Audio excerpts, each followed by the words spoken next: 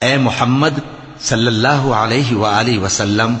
سورج کے ڈھلنے سے رات کے اندھیرے تک ظہر، عصر، مغرب، عشاء کی نمازیں اور صبح کو قرآن پڑھا کرو، کیونکہ صبح کے وقت قرآن کا پڑھنا فرشتوں کی حاضری کا موقع ہوتا ہے۔ اور بعض حصہ شب میں بیدار ہوا کرو اور تہجد کی نماز پڑھا کرو، یہ شب خیزی تمہارے لیے ایک اضافی عمل ہے۔ امید ہے کہ اللہ تم کو مقام محمود پر فائز فرمائے۔ اور کہو کہ اے پروردگار، مجھے مدینے میں اچھی طرح داخل کیجو اور مکے سے اچھی طرح نکالیو، اور اپنے ہاں سے زور و قوت کو میرا مددگار بنائیو، اور کہہ دو کہ حق آ گیا اور باطل نابود ہو گیا، بے شک باطل نابود ہونے والا ہے۔ اور ہم قرآن میں وہ چیز نازل کرتے ہیں جو مومنوں کے لیے شفا اور رحمت ہے، اور ظالموں کے حق میں تو اس سے نقصان ہی بڑھتا ہے۔ اور جب ہم انسان کو نعمت بخشتے ہیں تو روح گرداں ہو جاتا ہے اور پہلو پھیر لیتا ہے، اور جب اسے سختی پہنچتی ہے تو نا امید ہو جاتا ہے۔ کہہ دو کہ ہر شخص اپنے طریق کے مطابق عمل کرتا ہے، سو تمہارا پروردگار اس شخص سے خوب واقف ہے جو سب سے زیادہ سیدھے رستے پر ہے۔ اور تم سے روح کے بارے میں سوال کرتے ہیں، کہہ دو کہ وہ میرے پروردگار کا ایک حکم ہے، اور تم لوگوں کو بہت ہی کم علم دیا گیا ہے۔ اور اگر ہم چاہیں تو جو کتاب ہم تمہاری طرف بھیجتے ہیں اسے دلوں سے محو کر دیں، پھر تم اس کے لیے ہمارے مقابلے میں کسی کو مددگار نہ پاؤ، مگر اس کا قائم رہنا تمہارے پروردگار کی رحمت ہے، کچھ شک نہیں کہ تم پر اس کا بڑا فضل ہے۔ کہہ دو کہ اگر انسان اور جن اس بات پر مجتمع ہوں کہ اس قرآن جیسا بنا لائیں تو اس جیسا نہ لا سکیں گے، اگرچہ وہ ایک دوسرے کے مددگار ہوں۔ اور ہم نے قرآن میں سب باتیں طرح طرح سے بیان کر دی ہیں، مگر اکثر لوگوں نے انکار کرنے کے سوا قبول نہ کیا،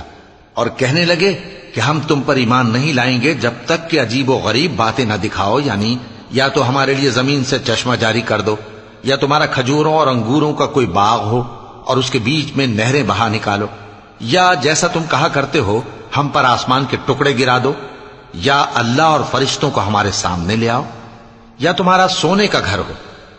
یا تم آسمان پر چڑھ جاؤ اور ہم تمہارے چڑھنے کو بھی نہیں مانیں گے جب تک کہ کوئی کتاب نہ لاؤ جسے ہم پڑھ بھی لیں۔ کہہ دو کہ میرا پروردگار پاک ہے، میں تو صرف ایک پیغام پہنچانے والا انسان ہوں۔ اور جب لوگوں کے پاس ہدایت آ گئی تو ان کو ایمان لانے سے اس کے سوا کوئی چیز مانے نہ ہوئی کہ کہنے لگے کہ کیا اللہ نے آدمی کو پیغمبر کر کے بھیجا ہے؟ کہہ دو کہ اگر زمین میں فرشتے ہوتے کہ اس میں چلتے پھرتے اور رہتے بستے تو ہم ان کے پاس کسی فرشتے کو پیغمبر بنا کر بھیجتے۔ کہہ دو کہ میرے اور تمہارے درمیان اللہ ہی گواہ کافی ہے، وہی اپنے بندوں سے خبردار ہے اور ان کو دیکھنے والا ہے۔ اور جس شخص کو اللہ ہدایت دے وہی ہدایت یاب ہے، اور جن کو گمراہ رہنے دے تو تم اللہ کے سوا ان کے رفیق نہیں پاؤ گے۔ اور ہم ان کو قیامت کے دن اوندھے منہ، اندھے، گونگے اور بہرے بنا کر اٹھائیں گے، اور ان کا ٹھکانہ دوزخ ہے۔